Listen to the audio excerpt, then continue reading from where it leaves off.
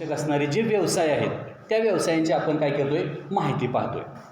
पाठीमागच्या तासाला आपण काय केलं, काही ठराविक 5-7 असणारी चित्र पाहिली. त्या चित्राला अनुसरून त्याचा असणारा चित्राचा किंवा त्या असणाऱ्या चित्रामध्ये जो काही शेती प्रकार आहे तो शेती प्रकार ओळखला आणि त्या शेती प्रकाराला लागू किंवा त्याला योग्य असणारी जी वैशिष्ट्ये आहेत या वैशिष्ट्यांचं जे काही अक्षर आहे ग असेल, ई असेल, आ असेल ते आपण काय केलं त्या चित्रामध्ये लिहिलं. त्यानंतर त्याच असणाऱ्या चित्रांच्या खाली एक ॲक्टिव्हिटीज दिलेली आहे आपल्याला, करून पहा आहे ना, करून पहा म्हटलेलं आहे या ठिकाणी. मग त्या ठिकाणी काय करायला सांगितलं आहे आपल्याला, वरील चित्र आणि माहितीच्या साहाय्याने शेतीवर परिणाम करणाऱ्या घटकांचे वर्गीकरण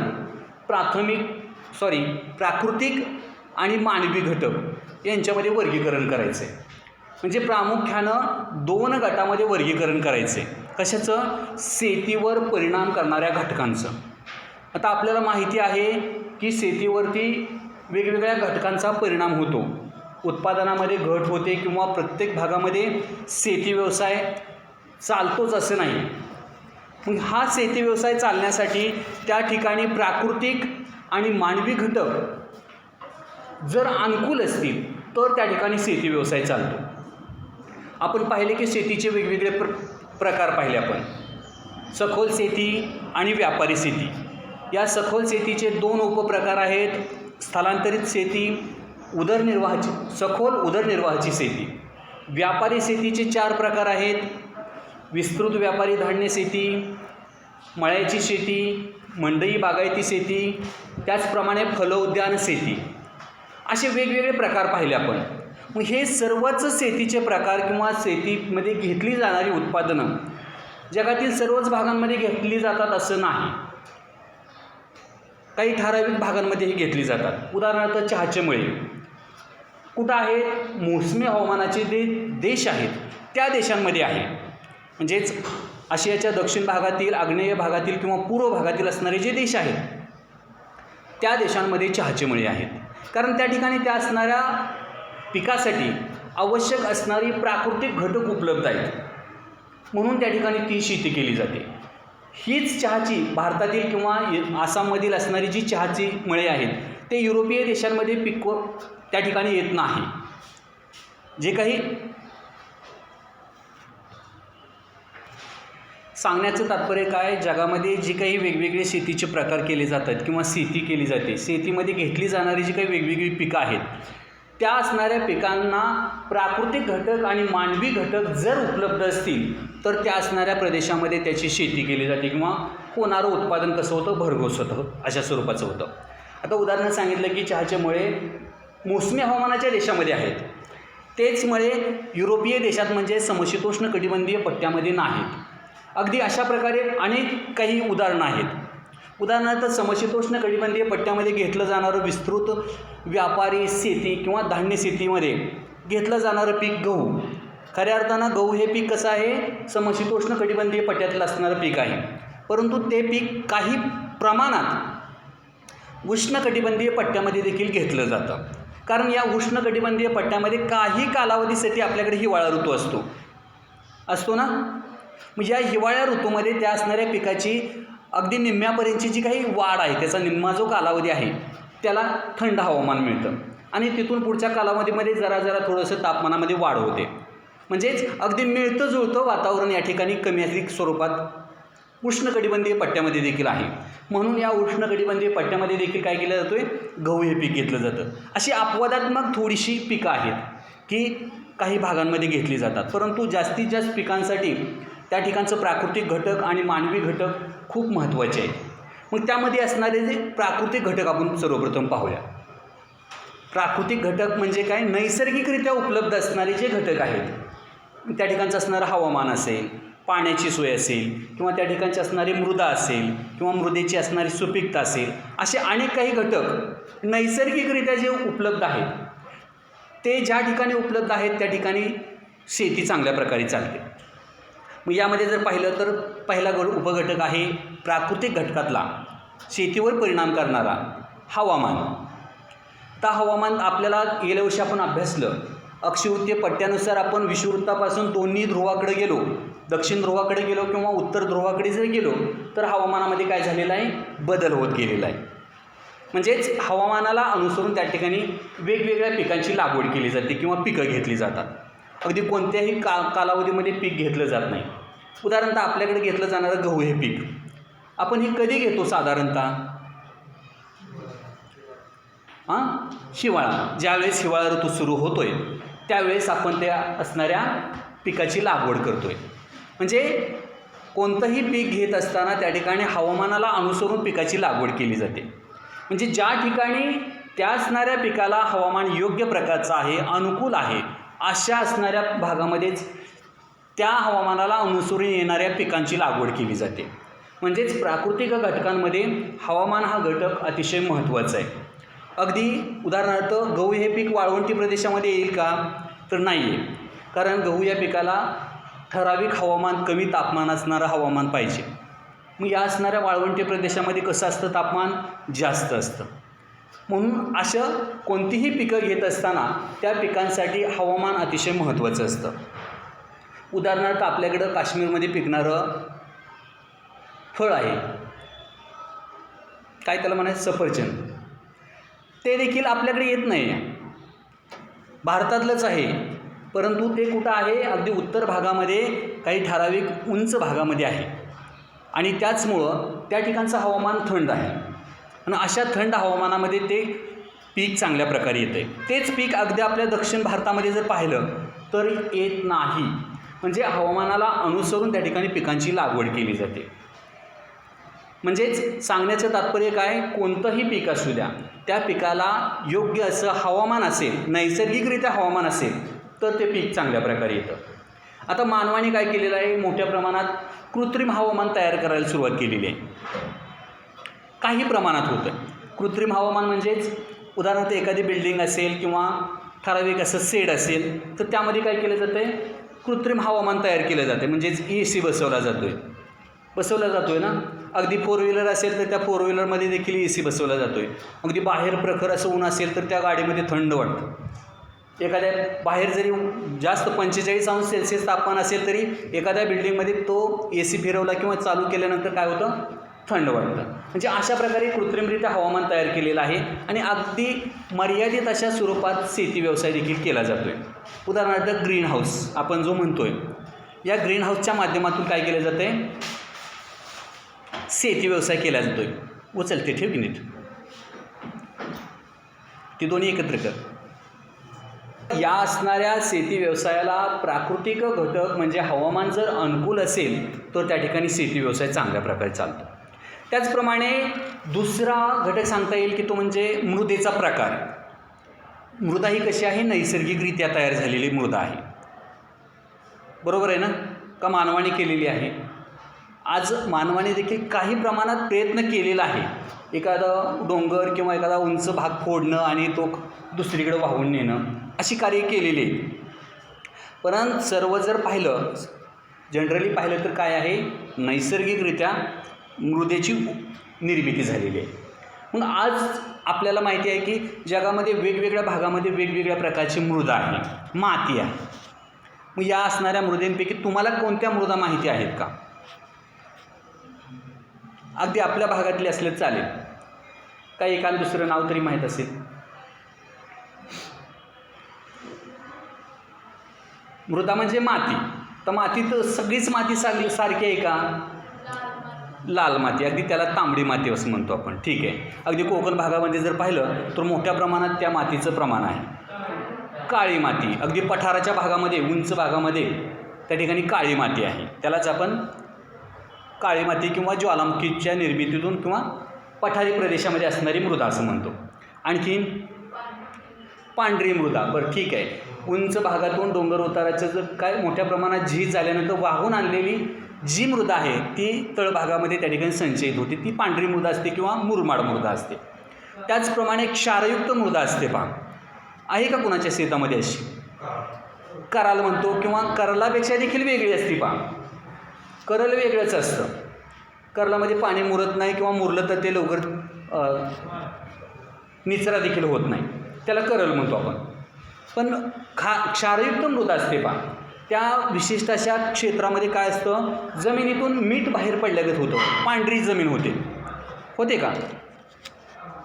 हां, म्हणजे अशी क्षारयुक्त जमीन. त्याचप्रमाणे दलदलयुक्त जमीन असते बा, मोठ्या प्रमाणात पाण्याचं साठवण झालेलं असतं, वारंवार त्या ठिकाणी 12 महिने पाण्याचा साठा असतो. मग अशा भागातील असणारी मृदा वेगळी असते. त्याचप्रमाणे वाळवंटी प्रदेशातील असणारी मृदा वेगळी असते. आज वाळवंटी प्रदेशातील मृदा जर पाहिली तर कशी आहे, भरड अशा स्वरूपाची, जाड अशा स्वरूपाची आहे, रेगूर अगदी बारीक मृदा नाही वाळवंटी प्रदेशातील.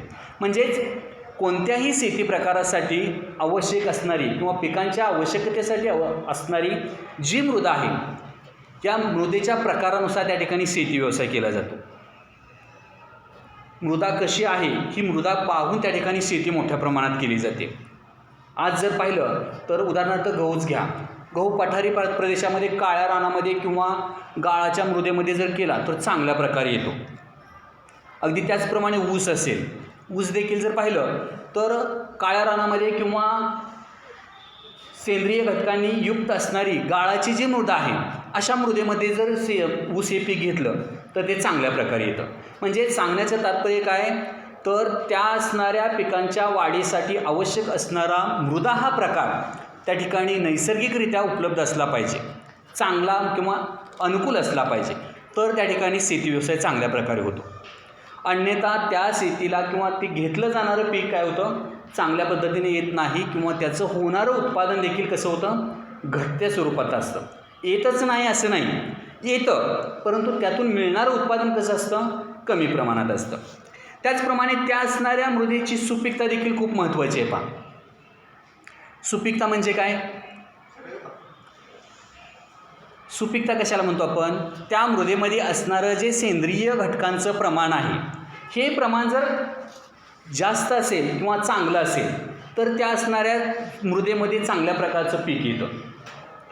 जी काही गाळांनी वाहून किंवा नदींनी वाहून आणलेल्या गाळाचं संचयन झालेली जी मृदा आहे अशा मृदेमध्ये जर पाहिलं तर मोठ्या प्रमाणात पालापाचोळा किंवा वेगवेगळ्या गावातून जी गावाची जी घाण आहे ती नदींमध्ये सोडलेली असते. म्हणजे एक प्रकारे काय आहे, ते मोठ्या प्रमाणात सेंद्रिय घटकांचं प्रमाण त्या मृदेमध्ये किंवा त्या मातीमध्ये जास्त असतं. मग अशी मृदा ज्या ठिकाणी आहे, म्हणजेच सेंद्रिय घटकांचं प्रमाण जास्त असणारी मृदा, जी सुपीक मृदा आहे, अशा मृदेमध्ये चांगल्या प्रकारे पीक येतं. मग या शेती व्यवसायासाठी ही सुपीक असणारी मृदा किंवा त्यामध्ये असणाऱ्या सेंद्रिय घटकांचं प्रमाण जी जास्त असणारी जी मृदा आहे, अशी मृदा ज्या भागामध्ये आहे त्या ठिकाणी चांगल्या प्रकारची शेती होते.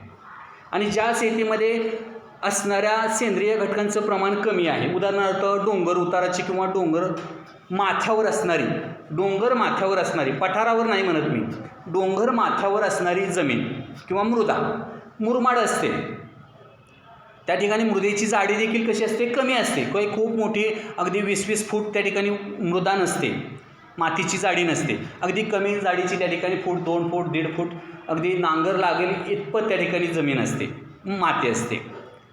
म्हणजे त्या मृदेमध्ये सुपीकता कमी असते. सुपीकता म्हणजेच काय, वेगवेगळ्या वनस्पतींचा पालापाचोळा कुजण्याचं प्रमाण त्या ठिकाणी कमी असतं. परंतु त्या असणाऱ्या मृदेमध्ये काय असतं, मूलद्रव्यांचं प्रमाण जास्त असतं. पहा, मूलद्रव्य म्हणजे वेगवेगळ्या प्रकारची जी खनिजे आहेत, खडकामध्ये असणारी जी खनिजे आहेत, अशी खनिजे त्या ठिकाणी मोठ्या प्रमाणात या डोंगर माथ्याच्या भागामध्ये असणाऱ्या मृदेमध्ये असतात. म्हणजेच मृदेला अनुसरून त्या असणाऱ्या प्रदेशामध्ये काय केली जाते, शेती व्यवसाय केला जातो. म्हणजे शेती व्यवसायासाठी मृदा प्रकार महत्त्वाचा आहे, त्याचप्रमाणे मृदेची त्यामधील असणारी सुपीकता देखील तेवढीच महत्त्वाची आहे.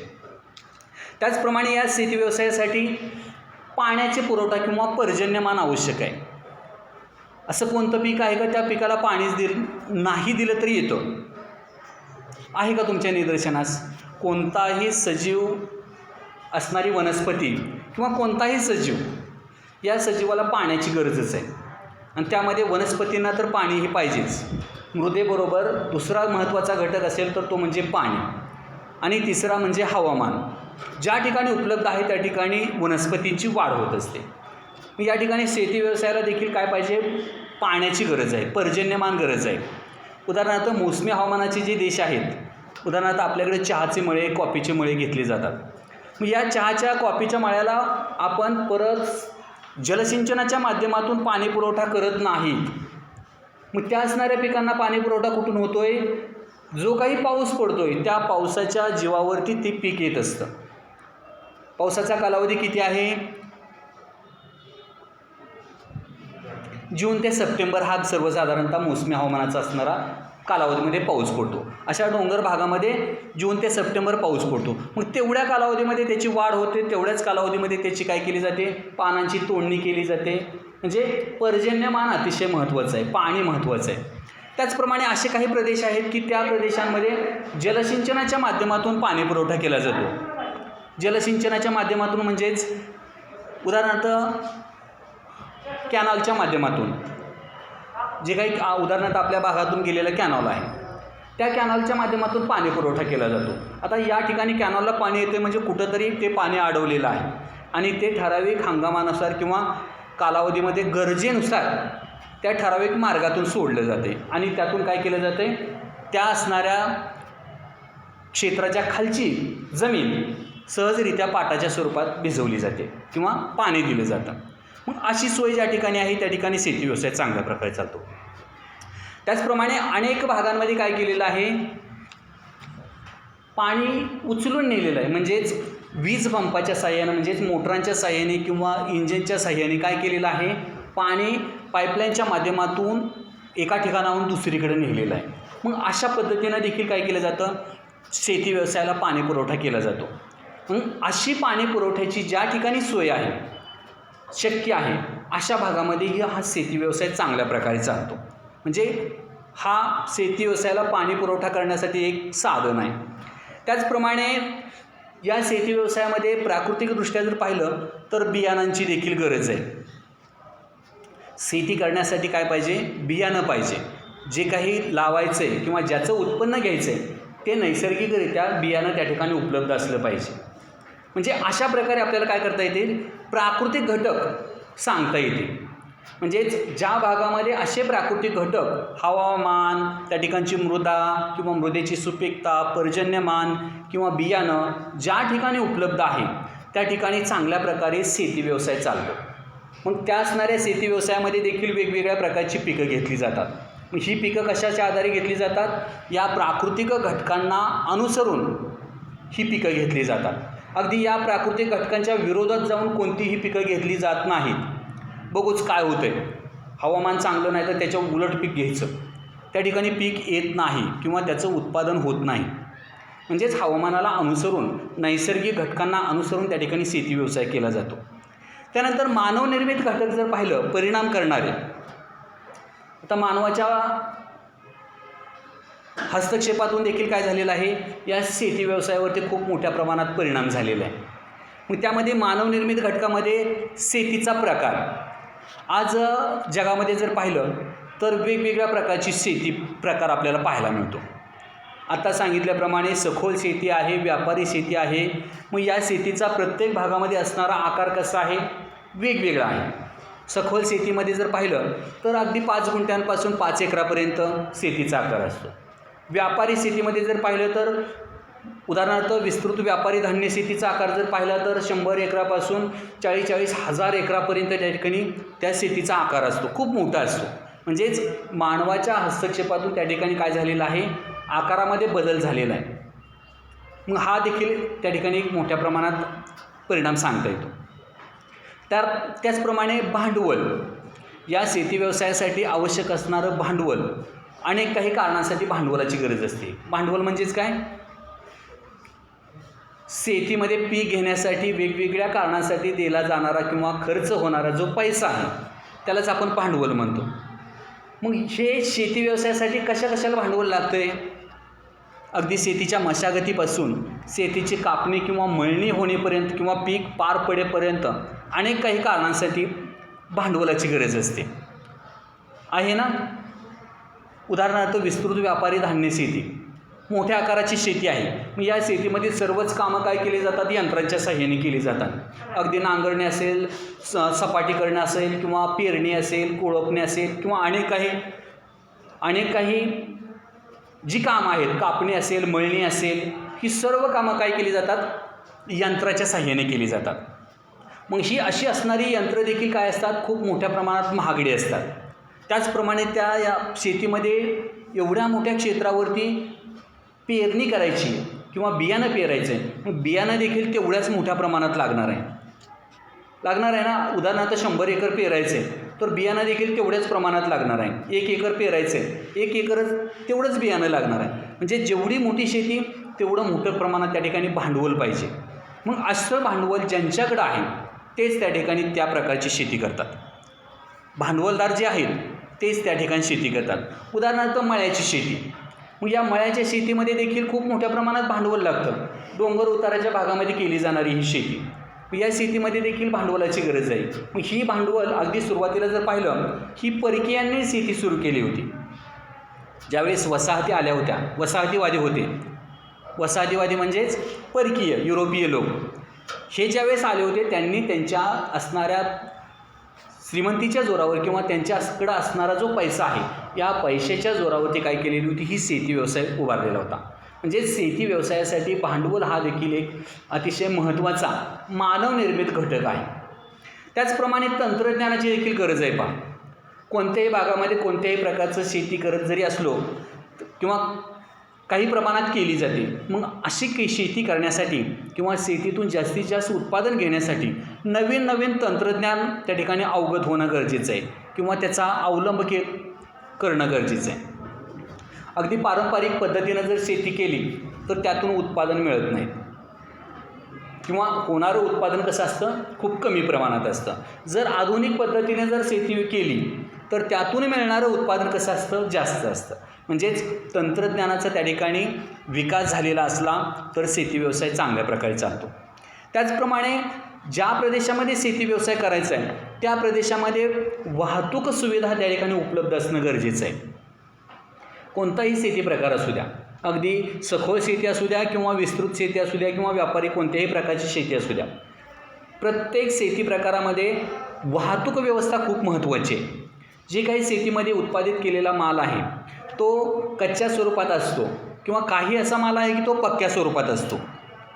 कच्च्या स्वरूपात म्हणतोय आणि पक्क्याही स्वरूपात म्हणतोय. पहा, कच्च्या स्वरूपात म्हणजे ऊस, शेतीतील उत्पादित माल आहे तो कच्चा माल आहे. परंतु शेतीतील असा काही माल आहे तो पक्क्या स्वरूपात आहे. उदाहरणार्थ वेगवेगळ्या प्रकारची फळं ही काय आहेत? पक्क्या स्वरूपात आहे. ती अगदी आहे तशी खाल्ली तरी चालतात. ऊस आहे तशी साखर तयार होत नाही, त्याच्यावरती प्रक्रिया करावी लागते. म्हणजे कारखान्याचा किंवा साखर कारखान्याचा कच्चा माल मुख्य जर पाहिलं तो ऊस आहे. मग अशा प्रकारची जो काही कच्चा माल किंवा पक्का माल आहे किंवा मजुरांना आणणं किंवा नेणं यासाठी वाहतूक व्यवस्था त्या ठिकाणी असणं गरजेचं आहे. जर वाहतूक व्यवस्था जर चांगल्या प्रकारची असेल तर त्या भागामध्ये शेती व्यवसाय देखील चांगल्या प्रकारे होतो. त्याचप्रमाणे या शेतीतील कोणत्याही प्रकारच्या शेतीतून घेतलेलं जे उत्पादन आहे या उत्पादनाला बाजारपेठ महत्त्वाची आहे. आपण जे काही शेतीतून घेतलं जाणारं उत्पादन आहे हे केवळ पाहण्यासाठी किंवा बघत बसण्यासाठी त्या ठिकाणी शेतीतलं उत्पादन घेतलेलं नसतं. कशासाठी घेतलेलं असतं? ते उत्पादन विकायचं आणि त्यापासून स्थानिक किंवा आंतरराष्ट्रीय बाजारपेठेतून काय करायचं? नफा मिळवणं, या उद्देशाने जास्तीत जास्त पीक घेतलेलं असतं. बरोबर आहे ना? का फक्त बघण्यासाठीच, लोकांना दाखवण्यासाठीच आपण पीक करतो का, शेती करतोय का? नाही. जे काही झालेलं उत्पादन आहे ते विकण्यासाठी आपण शेती करतोय किंवा पिकवली जाते, वेगवेगळं उत्पादन घेतलं जातं. मग या असणाऱ्या उत्पादनाला योग्य अशी बाजारपेठ असणं गरजेचं आहे. जो काही माल आहे, भाजीपाला असतील, दूध असेल, अंडे असेल किंवा धान्य असेल, आणि काही वेगवेगळे घटक असतील शेतीतील, या सर्वांचं उत्पादन झाल्यानंतर त्याची विक्री करण्यासाठी किंवा विक्री होण्यासाठी बाजारपेठ महत्त्वाची आहे. म्हणजेच मानवनिर्मित घटक असणारा हा घटक आहे. मग बाजारपेठ जर असेल तर त्याचं असणारी विक्री होते आणि त्यापासून परकीय चलन किंवा स्थानिक चलन मिळतं आणि पुन्हा त्या ठिकाणी जोमाने काय करतो? शेतकरी दुसऱ्या पिकाच्या तयारीला लागतो. बरोबर आहे ना? जर समजा पहिल्याच पिकात त्याचा खूप मोठा प्रमाणात तोटा झाला तर तो दुसरं पीक करायला नाराजच असतो. पहा, कारण त्याचं भांडवल गुंतलेलं असतं किंवा त्याच्याकडं इतर अनेक काही कारणासाठी पैशाची गरज असते आणि तो पैसा त्याच्याकडे उपलब्ध नसतो. मग हा सांगण्याचं तात्पर्य काय? उत्पादित झालेला माल विकण्यासाठी बाजारपेठ आवश्यक आहे. त्याचप्रमाणे मोठ्या प्रमाणात शेती व्यवसाय करण्यासाठी साठवणुकीची क्षमता किंवा साठवणुकीची सोय असणं गरजेचं आहे.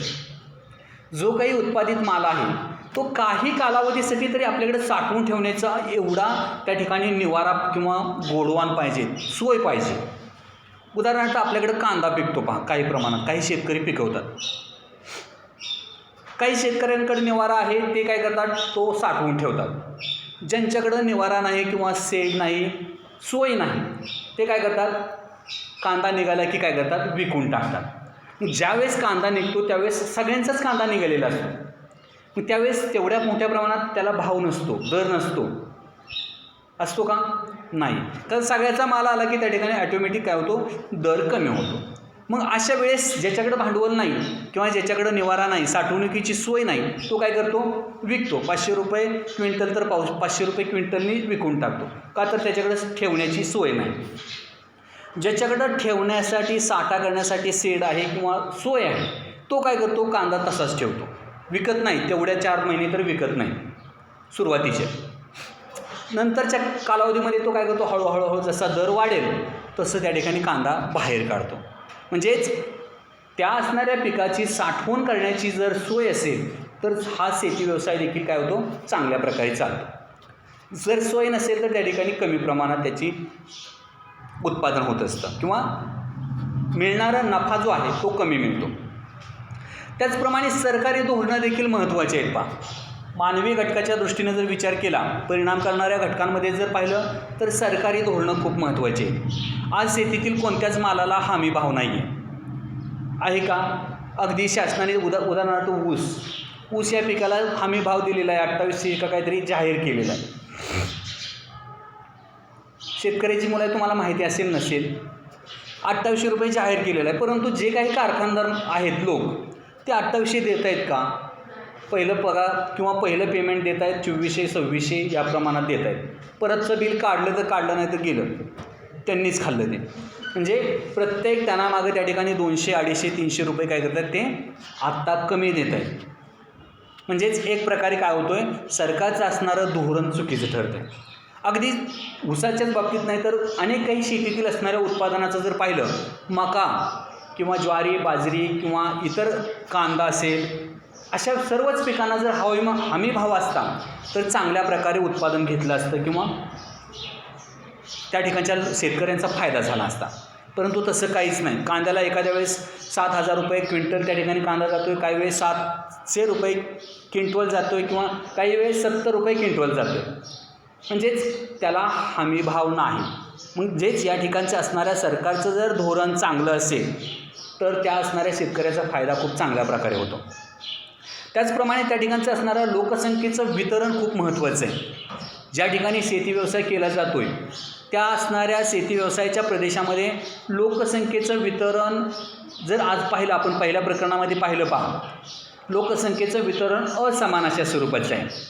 जे काही खंड आहेत त्या प्रत्येक खंडाच्या वाट्याला जमीन जशी सारखी प्रमाणात नाही, तशी प्रत्येक खंडावरती असणारी लोकसंख्या देखील सारखी नाही आहे, कमी अधिक स्वरूपात आहे. मग त्यामधील काही लोकसंख्या एकाच खंडावरती जास्त प्रमाणात असलेली दिसते. उदाहरणार्थ आशिया खंडामध्ये जगातील जास्तीत जास्त लोकसंख्या असलेली दिसते. आशिया खंडामधील देखील असे 2 देश आहेत की त्या 2 देशांमध्येच जास्त लोकसंख्या आहे. कोणते देश? आशिया खंडातील असणारे देश. चीन हा जगातील सर्वात जास्त लोकसंख्येचा असलेला देश. त्यानंतर दुसऱ्या क्रमांकावर असणारा भारत. या 2 देशामध्ये आशिया खंडातील जास्तीत जास्त अगदी 50% लोकसंख्या या 2 देशामध्ये आहे. म्हणजे एवढ्या मोठ्या प्रमाणात वितरण आहे. आणि याच्या उलट जर पाहिलं समशीतोष्ण कटिबंधीय पट्ट्यामध्ये, तर त्या पट्ट्यामध्ये लोकसंख्या खूप विरळ आहे. म्हणजेच लोकसंख्या देखील या असणाऱ्या शेती व्यवसायावरती खूप मोठ्या प्रमाणात परिणाम करतो आहे. आपल्याकडे केली जाणारी शेती ज्या ठिकाणी लोकसंख्या जास्त आहे त्या ठिकाणी सखोल उदरनिर्वाहाची शेती केली जाते. आणि ज्या ठिकाणी लोकसंख्या विरळ आहे, उदाहरणार्थ समशीतोष्ण कटिबंधीय पट्ट्यामध्ये, त्या ठिकाणी विस्तृत व्यापारी धान्य शेती केली जाते यंत्राच्या साहाय्यानं. कारण त्या ठिकाणी मजूर नाही किंवा शेतीतील कामं करण्यासाठी लोक त्या ठिकाणी उपलब्ध नाही, म्हणून सर्वच कामं त्या ठिकाणी यंत्राच्या साहाय्याने केली जातात. म्हणजेच लोकसंख्येचं असणारं वितरण देखील या शेती व्यवसायावरती किंवा शेती प्रकारामध्ये बदल घडवून आणण्यासाठी महत्त्वाचं कारण आहे. त्याचप्रमाणे भूमीचं वितरण किंवा पीक पद्धती ज्या आहेत, या पीक पद्धती देखील वेगवेगळ्या अशा स्वरूपाच्या असलेल्या दिसतात आपल्याला. आज आपण पीक पद्धती म्हणजेच कोणत्याही प्रकारचं पीक असू द्या, ते पिकवण्याची जी पद्धत आहे ती अगदी ठराविक भागानंतर बदलत चाललेली आहे किंवा बदलते. आज सुरुवातीचा शेती प्रकार जर पाहिला तर कसा होता, अगदी सुरुवातीचा मानवाची उत्पत्ती झाल्यानंतर मानवाने ज्यावेळेस शेतीला सुरुवात केली त्यावेळेस मानवाने शेतीचा पहिला प्रकार म्हणजे स्थलांतरित प्रकारची शेती केली. जंगलातील असणाऱ्या वनांचं किंवा वनस्पतींची तोड करून त्या ठिकाणी काही ठराविक 2-3 वर्षे शेती केली. कालांतराने त्या ठिकाणची शेतीचं सुपीकता कमी झाली मृदेची, पुन्हा ते क्षेत्र बदलून दुसऱ्या ठिकाणी शेती करायला सुरुवात केली. मग हा झाला पहिला प्रकार. परत काय झालं, त्यांच्यामध्ये थोडीशी सुधारणा झाली, यंत्राच्या साहाय्यानं किंवा प्राण्यांच्या साहाय्यानं त्या ठिकाणी काही शेती करू लागला. कालांतराने त्यामध्ये देखील बदल झाला. आज अशी काही शेती प्रकार केला जातो की त्या ठिकाणी निर्मनुष्य असणाऱ्या भागांमध्ये सर्वच कामं यंत्राच्या साहाय्याने केली जातात. म्हणजेच शेती प्रकार त्या ठिकाणी बदलत गेलेले आहेत. आज मोठ्या प्रमाणात जगामध्ये पॉलीहाऊस किंवा ग्रीन हाऊसच्या माध्यमातून शेती केली जाते. जास्तीत जास्त उत्पादन त्यातून घेतलं जातं. उष्णकटिबंधीय पट्ट्यामध्ये कमी प्रमाणात आहे, परंतु समशीतोष्ण कटिबंधीय पट्ट्यामध्ये म्हणजेच जे युरोप, उत्तर अमेरिका, कॅनडा, रशिया या भागाचा जर विचार केला तर या भागामध्ये खूप मोठ्या प्रमाणात शेती व्यवसायामध्ये ग्रीन हाऊसचा वापर केला जातो आहे. जास्तीत जास्त कमी क्षेत्रामध्ये जास्तीत जास्त उत्पादन घेतलं जातं, कारण त्या ठिकाणचं असणारं हवामान कसं आहे, थंड आहे. मग थंड हवामानामध्ये देखील त्या असणाऱ्या क्षेत्राचं तापमान टिकून राहावं यासाठी त्यांनी काय केलेलं आहे, ते शेड किंवा पॉलीहाऊस नेट टाकलेलं असतं आणि त्यातून उत्पादन घेतलं जातं. म्हणजे अशा पद्धतीनं शेतीचा प्रकार वेगवेगळ्या भागामध्ये वेगवेगळा असलेला दिसतो. त्याचप्रमाणे आज जर पाहिलं तर संकरित अशी बियाणं देखील आहेत. बियाणं वेगवेगळ्या प्रकारची बियाणं असतील. कोणत्याही प्रकारचं शेतीतील उत्पादन घ्या किंवा पीक घ्या, त्या असणाऱ्या शेतीतील पिकाचं जे बियाणं आहे ते बियाणं दिवसेंदिवस बदलत चाललेले आहेत. वेगवेगळ्या प्रकारचं बियाणं आहे. अगदी पूर्वीचं असणारी बियाणं आजची जर बियाणं पाहिली तर त्या ठिकाणी खूप मोठ्या प्रमाणात बदल आहे. आज उदाहरणार्थ ऊस घ्या. ऊस या पिकाच्या कोणकोणत्या व्हरायटीज आहेत किंवा जाती आहेत. किती जणांकडे शेती आहे? ऊस आहे का? काही शेतकऱ्याकडे नसेल ऊस, बरं ठीक आहे, पण ज्यांच्याकडे आहे त्यांना माहिती असेल कुठल्या कुठल्या जाती आहेत. 86-032 ठीक आहे, 265, 1001 कोइंबतूर, म्हणजे 86-032 म्हणजेच कोइंबतूरची नवीन जात आहे. असू द्या. आणखी 671 आहे का? बघितलं आहे का कधी 671? कुणी बघितलं आहे यामधला? ऊस असते त्या वाड्याला, खूप अगदी तांबडा असतो ऊस, अतिशय मऊ अशा स्वरूपाचा ऊस असतो. आहे का तसा ऊस? किंवा त्याच्या पाठीमागच्या कालावधीमध्ये वेगळ्याच व्हरायटी होत्या. अलीकडे काळामध्ये ह्या असणाऱ्या व्हरायटीज आहेत. त्याचप्रमाणे 8005 म्हणून एक आहे. म्हणजे वेगवेगळ्या प्रकारच्या व्हरायटीज आहेत ऊसाच्या. अगदी त्याचप्रमाणे गव्हाच्या देखील असतील. आहेत का? कुठल्या कुठल्या आहेत? श्रीरंग, श्रीराम, बरं. आणखीन बरं. गहू या पिकाच्या देखील काय आहेत, वेगवेगळ्या व्हरायटीज आहेत. अगदी त्याप्रमाणे मकाच्या देखील असतील. आहेत ना. आज ह्या असणाऱ्या व्हरायटीज, मका असेल, कोणत्याही प्रकारचं पीक असू द्या, या प्रत्येक पिकाचं किंवा प्रत्येक असणाऱ्या शेती प्रकारातील उत्पादनाचं नवीन नवीन बियाणं त्या ठिकाणी आलेलं आहे. अगदी आधुनिक अशा प्रकारे. मग असं बियाणं का बदललेलं आहे तर मानवाला अन्नाची गरज पूर्ण करण्यासाठी, कारण लोकसंख्या खूप वाढलेली आहे. या असणाऱ्या लोकसंख्येची अन्नाची गरज भागवण्यासाठी काय केलेलं आहे, अशा पद्धतीची हायब्रिड अगदी म्हटलं तरी चालेल, जास्त भरघोस उत्पादन देणारी, आता त्या असणाऱ्या पिकांमधून किंवा त्या असणाऱ्या उत्पादनातून मानवासाठी सर्वच जीवनसत्व मिळतात असं नाही.